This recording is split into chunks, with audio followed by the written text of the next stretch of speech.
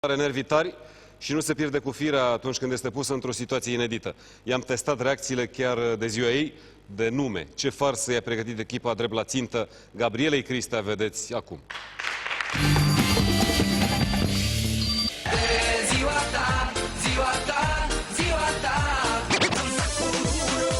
Am vrut să o facem pe Gabriela Cristea să-și aducă aminte de această zi în care își serbează numele, așa că i-am pregătit o surpriză cu miros de farsă, sau mai bine zis, de varză. Ce faci, Gabi, la mulți ani? Este buchetul pe care ți-l trimite redacția ta. Redacția emisiunii drept la țintă al nostru vine în timpul emisiunii.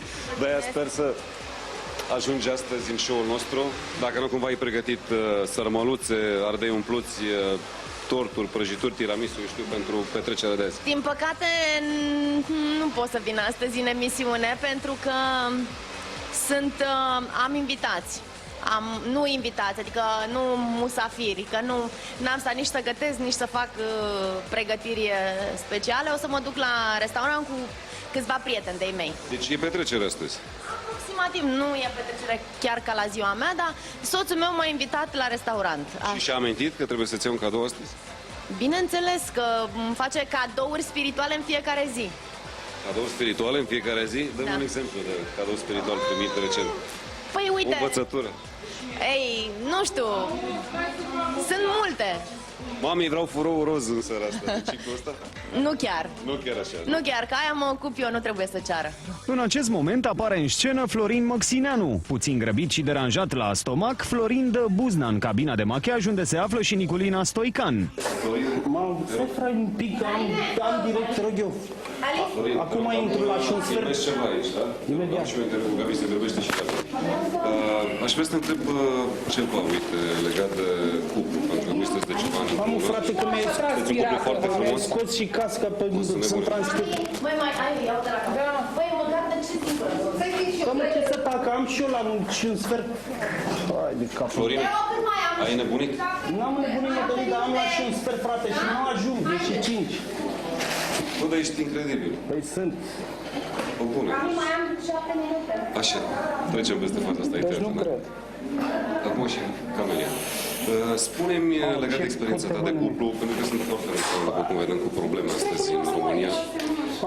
Ce greșeli nu ar trebui să facă femeile Cam îi dăm ca lumea, te rog eu frumos. Nu am cum dacă ea intră în direct. Bă, Florine, băi, ești teribil, mă, dar chiar nu poți să te abții. Am Mădălin pe bune, dar de ce fițele astea? Pe bune acum, nu înțeleg. Fițe? Păi fițe, normal. Uite cât stă la machiaj la voi, am și eu. Am venit, dar dacă mi-au zis că să intru la și un sfert, acum pe bune, fiecare cu treaba. Mai luăm interviul ăsta pe Marte, voi mine.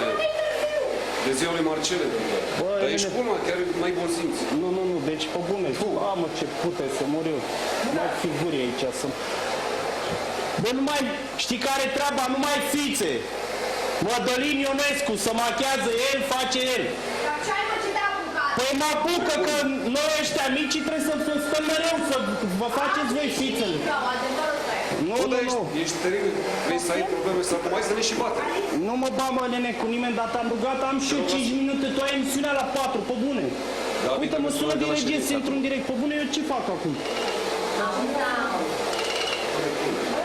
Da, stai. Ce miroase? Păi nu știu. Te rog eu frumos, te rog mult de... Ți-ai stricat? Ce dracu ai grijă? Nu mai figuri aveți, pe bune. Ai mâncat stricat sau? Deschide Mădălinul și aia. Ce ai, mă, te-a apucat? Nu am nimic, frate, dar nu înțeleg de ce atâtea fițe, nu înțeleg, pe bune. Dar cine are fițe? Păi tu, că nu mă las să-mi fac și eu treaba mea. Gabriela încearcă să împace pe cei doi certăreți. Vă certați aici, am pe bune. Deci nu ne certă, Gabriela, dar nu mai fițe. Când vin ești tu, când e Niculina, când e toată lumea. Eu mereu plec și zice, bă, că ai nu știu S-a ce. pus fata și pe mine. În primul rând că nu mai pun fata să la mulți ani. O să te pup. După ce ridică tensiunea și pe bune acum, fără mișto. Dar chiar de ce n-ai? De ce să? Nu te las să nu zice, Nu să te facă las, frate, de nu. ziua ei. Păi da. De ziua ei. Mamă, sunteți acum, băi! Nu. Deci știi cum sunteți ca la box. Acuzat că poluează aerul, Florin Măxineanu explodează. Nu, dar de ce trebuie să-mi zică mie, domne, te-ai sau alea, că miroase urcă, ca fasol?